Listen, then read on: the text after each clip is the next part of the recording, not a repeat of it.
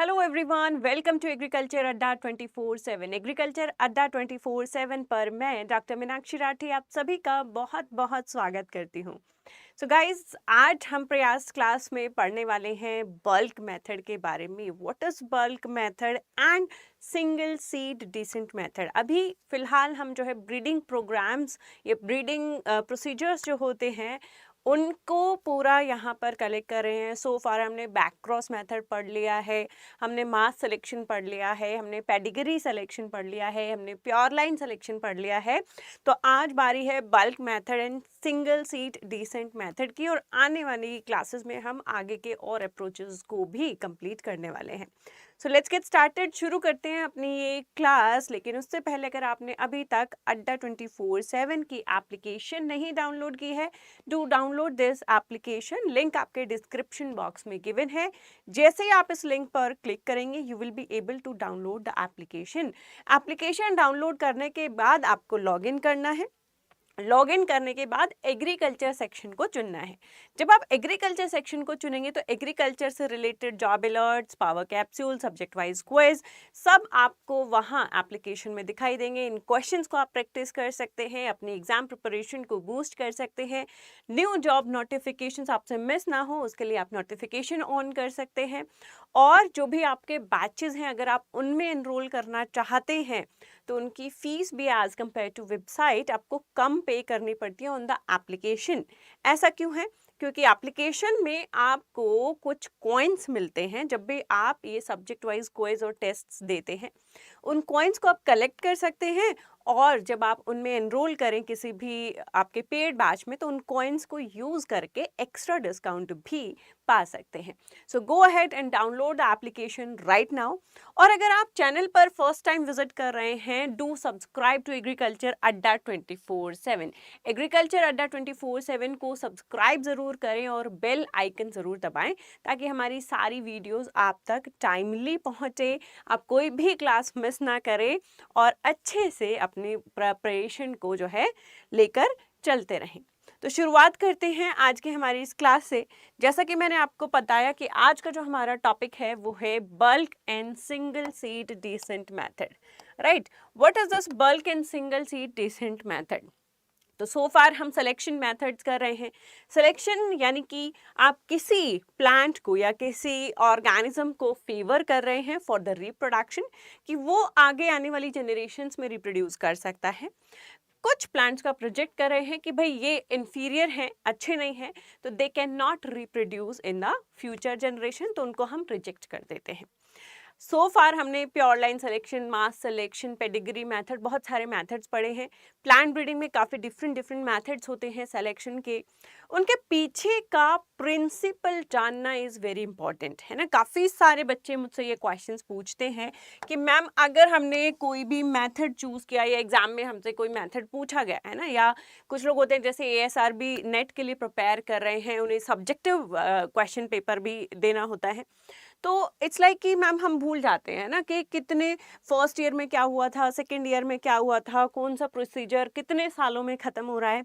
Guys don't worry, you do not need to remember years. आपको years remember नहीं करने हैं, किस ईयर में क्या हो रहा है, क्यों हो रहा है।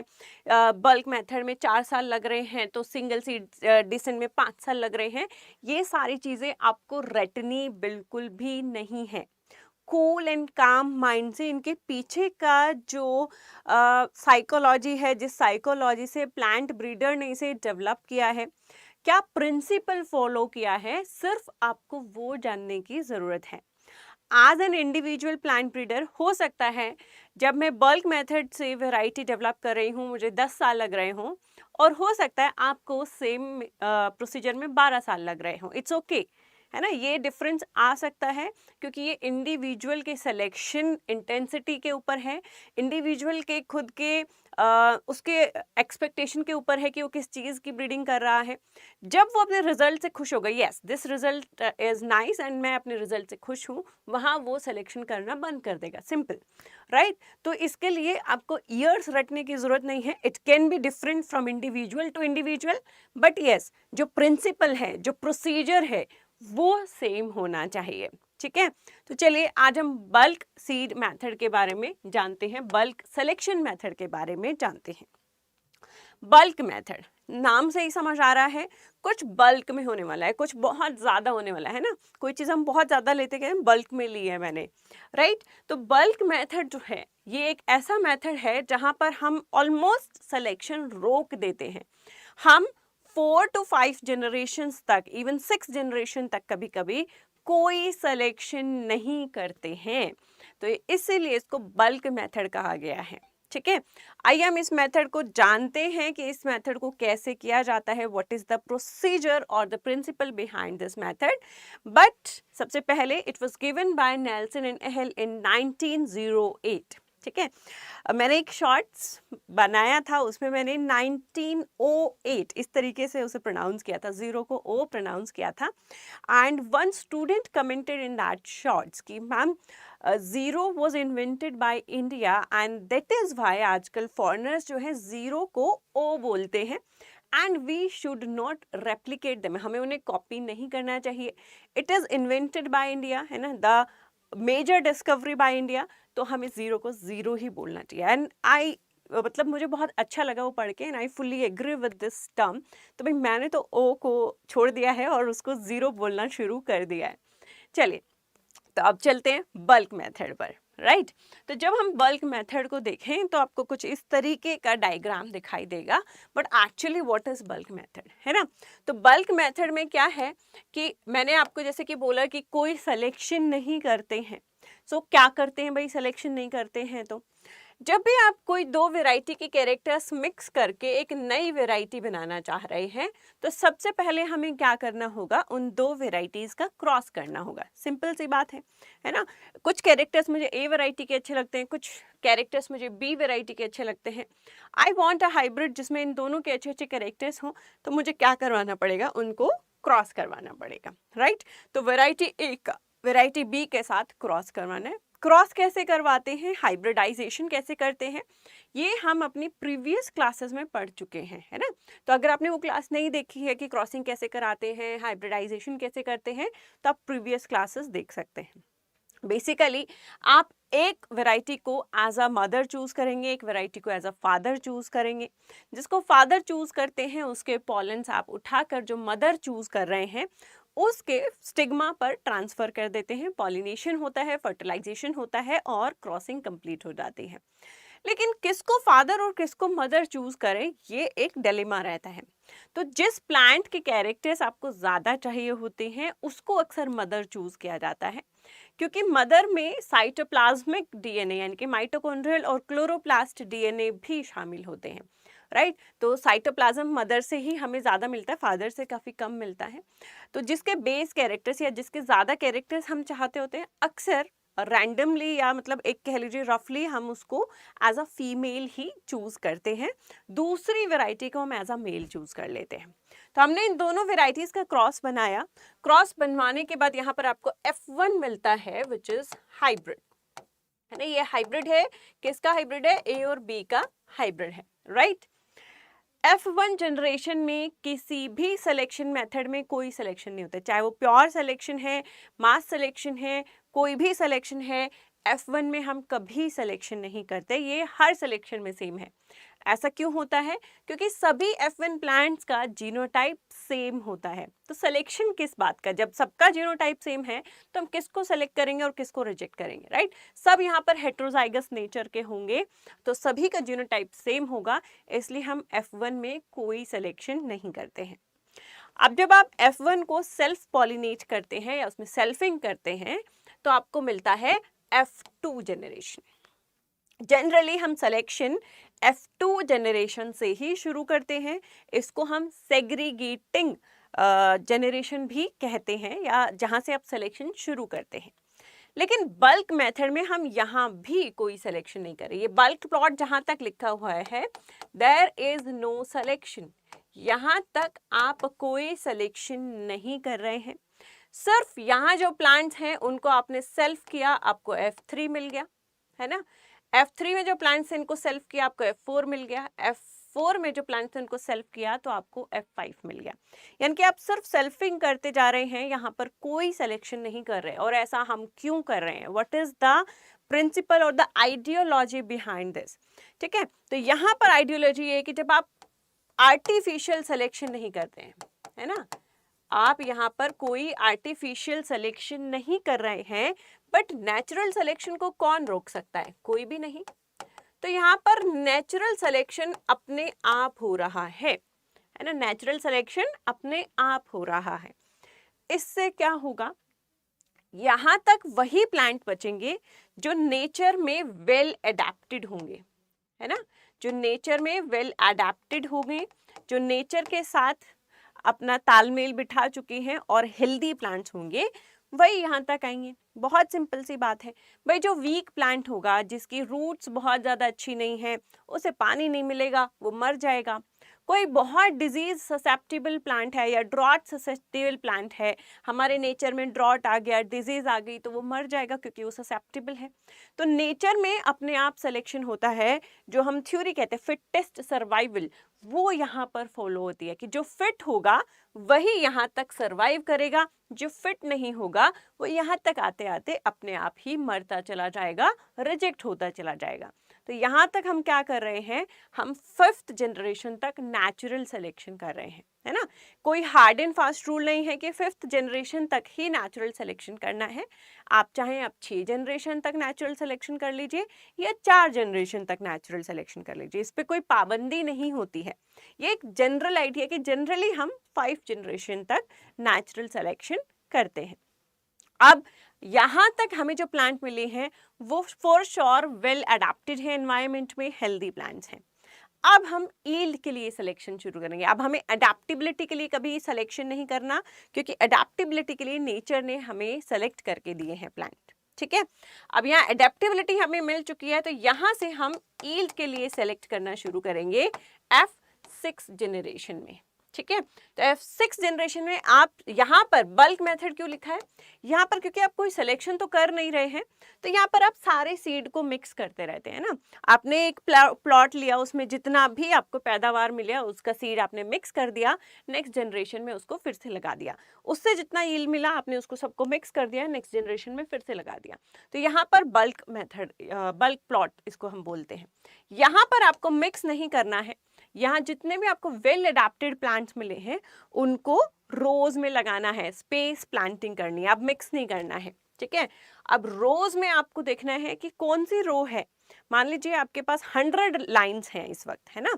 इन 100 लाइंस में से कौन सी 4 या 5 लाइंस ऐसी हैं या 10 लाइन ऐसी हैं या 15 लाइन ऐसी हैं जो हाईएस्ट यील्डिंग है, तो आप उन्हें सेलेक्ट करेंगे। उन्हें सेलेक्ट करके आप उनको F7 जनरेशन में लेके जाएंगे।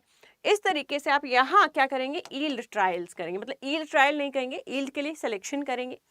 जब आप F9 F8 तक पहुंच जाते हैं उसके बाद यहाँ पर यील्ड टेस्ट या यील्ड ट्रायल्स करते हैं, है ना, उसको दूसरी वेराइटीज से कंपेयर करते हैं। प्रिलिमिनरी यील्ड ट्रायल करेंगे और आपका एडवांस यील्ड ट्रायल करेंगे, और उनमें भी अगर वो लाइंस खरी उतरती हैं और जो चेक होते हैं मार्केट में उनसे भी अच्छी आउट ग्रोथ परफॉर्मेंस ये देते हैं, तो हम उसको एज अ वैरायटी रिलीज करेंगे, उसका सीड मल्टीप्लाई करेंगे और पैक करेंगे और मार्केट में उतार देंगे। सो this is all about bulk method, right. Bulk method के बाद एक चीज और आती है, वो आती है सिंगल सीड डिसेंट मेथड। अच्छा, बल्क मेथड के अगर आपसे कोई मेरिट्स पूछे तो मेरिट्स क्या है भाई? इसमें अपने आप नेचुरल सिलेक्शन होता है, वेल अडेप्टेड प्लांट्स मिलते हैं, इवोल्यूशन नेचुरल तरीके से हो रहा होता है, लेकिन साथ साथ ये इसके डिसएडवांटेज भी बन जाता है क्योंकि नेचुरल सिलेक्शन स्लो होता है, टाइम ज़्यादा लगता है, और इसमें प्लांट ब्रीडर की मेहनत थोड़ी कम होती है। उसकी स्किल्स कहाँ दिख रही है? कहीं भी नहीं। सिलेक्शन तो अपने आप हो रहा है, नेचुरल सिलेक्शन हो रहा है 5 जनरेशन तक, राइट। तो वो एक है कि यहाँ पर प्लांट ब्रीडर अपनी स्किल ज़्यादा नहीं दिखा पाता है और नेचुरल सिलेक्शन पर ज़्यादा निर्भर रहता है। ठीक है, आगे चलते हैं सिंगल सीड डिसेंट मेथड में। काफ़ी लोग ये सोचते हैं कि बल्क मेथड और single seed descent method same होता है, क्योंकि single seed descent method bulk method की ही एक मॉडिफिकेशन होती है। हाउ? देखिए, बल्क मेथड में मैंने आपको क्या कहा, एक प्लॉट है, उससे आपको जितना यील्ड मिला आपने जो है नेक्स्ट जनरेशन में पास ऑन कर दिया। अब हर बार क्या होगा, आपको बड़ा प्लॉट चाहिए होगा, ज़्यादा ज़मीन चाहिए, ज़्यादा खाद चाहिए, ज़्यादा पानी चाहिए, यानी कि आपके रिसोर्सेज हर साल बढ़ते जा रहे हैं, क्योंकि आप सिलेक्शन तो कर नहीं रहे, सिर्फ नेचुरल सिलेक्शन हो रहा है, और नेचुरल सिलेक्शन से इतनी पॉपुलेशन रूल आउट नहीं हो पाती है ना, जो बची है वो आप नेक्स्ट जनरेशन में लेके चले जाते हैं, तो हर बार आपका सैंपल साइज बढ़ता चला जाता है। एग्जाम्पल लीजिए, आई थिंक मुझे पेन कलर दिख जाएगा आई गेस। यहाँ पर आपके पास 100 प्लांट्स, 10 प्लांट्स थे, है ना, यहाँ पर आपके पास 10 प्लांट्स थे। इन 10 प्लांट से, हर प्लांट से आपको मान लीजिए 10 सीड्स मिलते हैं, है ना, 10 प्लांट से 10 सीड्स मिले तो 10 इंटू 10 100। तो जब आप इसको नेक्स्ट जनरेशन में लेके जाएंगे तो आपको 100 प्लांट्स लगाने पड़ेंगे, इसको और नेक्स्ट जनरेशन में जाएंगे तो आपको 1000 प्लांट्स लगाने पड़ेंगे। तो बेसिकली आपका सैंपल साइज हर बार बढ़ता जा रहा है, उसके लिए ज़्यादा ज़मीन, ज़्यादा रिसोर्सेज चाहिए, which is always not possible, ये हमेशा पॉसिबल नहीं है। तो इसके लिए हमने एक टेक्निक सोची है जिसे बोलते हैं सिंगल सीड डिसेंट मेथड, कि भैया ज़रूरी नहीं है 10 प्लांट सेलेक्ट करें, उनसे फिर 100 प्लांट, 100 से 1000 से 10,000 प्लांट लगाएंगे। हम ये करते हैं कि जितने भी प्लांट्स यहाँ पर है उनके सारे सीड्स ना लेकर के हर प्लांट का एक रिप्रेजेंटेटिव लेते हैं, यानी कि हर प्लांट से एक सीड लेते हैं। प्लांट का जीनोटाइप तो सेम रहेगा, रिप्रेजेंटेटिव तो सेम रहेगा, है ना, क्योंकि सेल्फ पॉलिनेटेड क्रॉप्स हैं। तो यहाँ पर हम हर प्लांट से एक या दो सीड सेलेक्ट करते हैं जो उसके रिप्रेजेंटेटिव होते हैं। एक्चुअली वैसे सिंगल सीड डिसेंट मेथड का मतलब होता है कि आप एक ही सीड सेलेक्ट करेंगे, लेकिन प्रैक्टिकली इट्स नॉट फिजिबल। आपने अगर एक ही सीड सेलेक्ट किया और वो बाय चांस किसी वजह से जर्मिनेट नहीं हुआ, खो गया, है ना, आपसे गिर गया, तो क्या करेंगे? बट एक की जगह हम क्या करेंगे, 2-4 सीड ले लेंगे, सारे भी नहीं लेंगे और एक भी नहीं लेंगे। प्रैक्टिकल लाइफ में 2-4 सीड ले लेते हैं, थ्योरेटिकल में हम कहते हैं कि हम एक प्लांट से एक ही सीड लेते हैं जो उसका रिप्रेजेंटेटिव होता है, ठीक है। तो single seed method is the modification of bulk method and it was first proposed by Galton, but it was modified by Brim in 1966. Instead of bulk whole seed lot, पूरे सीड लॉट को bulk करने से अच्छा है हम जो भी plant हैं उनके सिंगल सीड सेलेक्ट करें रैंडमली, यानी कि जो एक प्लांट है, एक प्लांट अगर 10 सीड दे रहा है तो उस 10 सीड में से एक सीड हम रैंडमली उठा लें जो उस प्लांट को रिप्रेजेंट करता हो। तो इससे क्या होगा, हमारा सैंपल साइज हर बार बढ़ेगा नहीं। उससे क्या होगा, ये 10 प्लांट थे, आगे भी 10 प्लांट रहेंगे, उससे आगे भी 10 प्लांट रहेंगे, उससे आगे भी 10 प्लांट रहेंगे, क्योंकि आप हर प्लांट से एक ही सीड ले रहे हैं, एक ही रिप्रेजेंटेटिव ले रहे हैं, है ना। तो इससे सैंपल साइज घट जाता है, जो बल्क मेथड में पॉसिबल नहीं था, है ना। तो सैंपल साइज घट जाता है तो क्या होगा, आपके रिसोर्सेज कम होंगे, आपका कॉस्ट ऑफ प्रोडक्शन कम होगा किसी भी वैरायटी को डेवलप करने का, राइट। और एक इंडिया जैसे डेवलपिंग कंट्री जिसमें बजटिंग की हमेशा एक प्रॉब्लम रहती है, वहाँ पर हमें कॉस्ट कटिंग का बहुत ध्यान रखना पड़ता है कि हमारी क्वालिटी भी हैम्पर ना हो, लेकिन हम कम से कम मिनिमम प्राइस में कोई चीज़ जो है वहाँ पर बिल्ड कर सकें, राइट।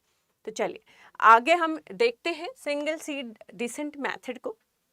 तो सिंगल सीड डिसेंट मेथड में भी यहाँ आप वेराइटी ए का क्रॉस वेराइटी बी के साथ करेंगे, आपको थोड़ा ब्लर दिख रहा होगा, बट इसका जब आप क्रॉस करवाएंगे उसी तरीके से सेम, है ना, यहाँ पर आपको F1 जनरेशन मिलेगी।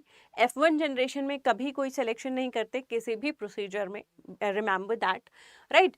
और यहाँ पर instead of taking the whole lots, हम यहाँ पर क्या करेंगे, हर प्लांट से सेम रिप्रेजेंटेटिव लेंगे। तो यहाँ पर देखिए सैंपल साइज यहाँ तक क्या है, सेम है। Inbred with 1 seed from each plant in each generation, हर सीड में, जैसे यहाँ पर एक प्लांट है उससे एक प्लांट यहाँ पर लिया, मतलब एक ही सीड यहाँ पर लिया है, उससे एक ही सीड यहाँ पर लिया है, उससे एक ही सीड यहाँ पर लिया है ना। तो सैंपल साइज जो है सेम रहेगा, सैंपल साइज चेंज नहीं होगा। तो यहाँ पर अगर आपके पास कह लीजिए 20 लाइन्स हैं या 200 लाइन्स हैं तो ये 200 ही मेंटेन रहेगी हर बार, क्योंकि हर बार आप प्लांट से एक सीड ले रहे हैं, है ना। और इनको हम बल्क नहीं करते हैं पहले की तरह, मिक्स नहीं करते हैं पहले की तरह, रो टू रो चलते हैं, ताकि जो भी लास्ट में सुपीरियर हो वो हमें पता रहे, है ना। सिलेक्शन हम यहाँ भी नहीं कर रहे हैं, बल्क में भी नहीं कर रहे थे, क्योंकि ये बल्क की ही मॉडिफिकेशन है। तो और करते हैं तो बहुत लाइट सिलेक्शंस करते हैं, बहुत हैवी सिलेक्शंस नहीं करते हैं। लेकिन यहाँ पर हम हर प्लांट से रेंडमली एक ही सीड चूज कर रहे हैं, सिर्फ इतना फर्क है बल्क और सिंगल सीड डिसेंट मेथड में।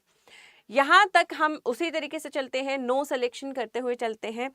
उसके बाद जो है हम सुपीरियर प्लांट्स को, सुपीरियर लाइंस को सिलेक्ट करना शुरू करते हैं F6 जनरेशन में, यानी कि 5 जनरेशन तक हम ऐसे ही चलते आ रहे हैं। हर प्लांट से एक सीड उठाया और नेक्स्ट जनरेशन में हमने उसकी सोइंग कर दी।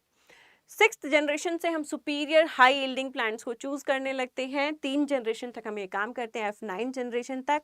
उसके बाद प्रिलिमिनरी यील्ड ट्रायल्स और रेप्लिकेटेड यील्ड ट्रायल्स करेंगे। एंड अगर हमारे जो लाइंस है जो हमने चूज़ किए हैं वो उनमें भी हाई यील्डिंग परफॉर्म करते हैं, तो उसके बाद हम उसको एज अ वैरायटी रिलीज कर सकते हैं। So this is all about single seed descent method. दोनों ही मेथड सेम प्रिंसिपल पर काम करते हैं, जहाँ पर हम F1 जनरेशन से लेके F5 जनरेशन तक कोई सिलेक्शन नहीं करते, केवल नेचुरल सिलेक्शन होने देते हैं, नेचुरल इवोल्यूशन होने देते हैं, जिससे हमें F6 जनरेशन तक वेल अडेप्टेड प्लांट्स मिलते हैं। बस बल्क मेथड में हम सारे प्लांट्स के सारे सीड्स को लेके चलते हैं, और यहाँ सिंगल सीड डिसेंट मेथड में हर प्लांट से हम एक रिप्रेजेंटेटिव चूज करते हैं, ताकि हमारा सैंपल साइज मैनेजेबल रहे और रिसोर्सेज कम से कम यूज हो। That is single seed descent method. तो इसी के साथ दोनों मेथड आज हमने फटाफट कंप्लीट कर लिए, just in 20 minutes. Very nice. हमारी ये क्लास यहीं पर समाप्त होती है। And these are your other batches guys. If you are preparing for Cotton Corporation of India, you are preparing for IBPS AF4, you are preparing for plant sciences, you can enrol in these batches. आप इन batches में enrol कर सकते हैं। You can use this coupon code Y448A and वहाँ पर जो भी आपका डिस्काउंट वहाँ पर अवेलेबल होगा वो एक्टिवेट हो जाएगा यूजिंग दिस कोड। तो आप एप्लीकेशन में जाकर जब लॉगिन करके एग्रीकल्चर सेक्शन को चुनते हैं, उसके बाद आप जिस भी एग्जाम की प्रिपरेशन कर रहे हैं उसको चुनते हैं, तो उससे सारी रिलेटेड डिटेल्स आ जाती है। डिटेल्स के बाद आपका मन कर रहा है मुझे एनरोल करना है, बाय नाउ दबाएंगे तो आपको कुछ प्राइस दिखेगा। उस प्राइस को और कम करने की कोशिश करें तो आप Y448A का इस्तेमाल कर सकते हैं। You will get the maximum discount available at that time. Time to time change होते रहते हैं as per the company policies. तो वो मैक्सिमम डिस्काउंट जो है आपका अवेलेबल रहेगा Y448 लगाने से, एंड फिर आपको उसमें एनरोल कर लेना है। लेकिन कुछ बच्चे ऐसे होते हैं कि भाई ma'am I am not giving just one exam, I am giving multiple exam, है ना। हो सकता है मुझे स्टेट MSc भी देना है, CUET भी देना है, प्लांट साइंसेज एग्जाम भी देना है, फूड सेफ्टी ऑफिसर एग्जाम भी देना है, IBPS AF4 भी देना है। मैं अपना लक हर जगह आजमा रहा हूँ, तो क्या मैं हर बैच में अलग अलग से एनरोल करूं तो उसका फीस बहुत ज़्यादा हो जाएगा। लेकिन एग्रीकल्चर महापाक में ये सारे जो आपके बैचेस हैं कंबाइंड मिलते हैं। इन सभी की पेड क्लासेस के साथ साथ इनकी टेस्ट सीरीज भी आपको अलग से नहीं लेनी, इनके नोट्स, इनकी ई-बुक्स भी अलग से नहीं लेने। तो ये सारी चीज़ें आपको एक जगह से मिल जाती हैं, जिसका प्राइस यहाँ पर है 6399। एक्चुअली अभी 80% ऑफ चल रहा है, इसलिए 6399 है। और अगर 80% ऑफ हो जाता है तो आपको 7359 पर मिलता है, which is for the 1 year. 1 साल की इसकी जो है वैलिडिटी होती है, जहाँ पर आपको सारे बैचेस की क्लासेस मिलती हैं और उनकी टेस्ट सीरीज और ई-बुक्स भी मिलती हैं।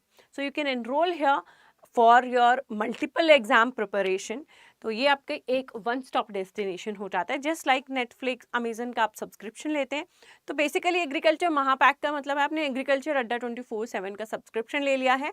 अब यहाँ पर जो भी बैचेस चलेंगे उनकी क्लासेस आपको मिलती रहेंगी, उनकी टेस्ट सीरीज आपको मिलती रहेंगी, उनकी ई-बुक्स आपको मिलती रहेंगी, राइट। तो ये आपका एग्रीकल्चर महापैक है। तो यहाँ पर हमारी ये छोटी सी प्यारी सी क्लास जो है समाप्त होती है, and we will be coming back with the new topic next week. ये जो हमारी क्लासेस हैं गाइस, आप लोग अभी तक कंफ्यूज रहते हैं तो मैं बता देती हूँ, ये मंडे, वेडनेसडे एंड थर्सडे है ना, 3 days इन अ वीक। ये 3 दिन चलती हैं क्लासेस। कब चलती हैं? 7 PM पर आपको मिलती हैं। कहाँ मिलती हैं? एग्रीकल्चर अड्डा 24/7 के YouTube चैनल पर फ्री ऑफ कॉस्ट मिलती हैं। किस किस के ये काम आ सकती हैं? अगर आप प्लांट साइंसेस से तैयारी कर रहे हैं, या आप ASRB नेट दे रहे हैं, है ना, from genetics and plant breeding, या आप अपने स्टेट एमएससी एग्रीकल्चरल एग्जाम या सीयूईटी जैसे पीजी एग्जाम को टारगेट कर रहे हैं, जहाँ पर genetics, plant breeding, crop physiology subjects के हैवी वेटेज आती है, तो इन सभी में ये क्लासेस जो है आपकी हेल्पफुल रहने वाली है। और for anyone who is interested in genetics, in plant breeding, biotechnology, crop physiology, वो भी इन क्लासेस को देख सकते हैं। सो क्लासेस को शेयर करते रहिए, प्यार और ज्ञान दोनों ही बांटने से बढ़ते हैं। चलिए इसी के साथ चलती हूँ, अलविदा लेती हूँ, मिलेंगे नेक्स्ट सेशन में। Goodbye and take care.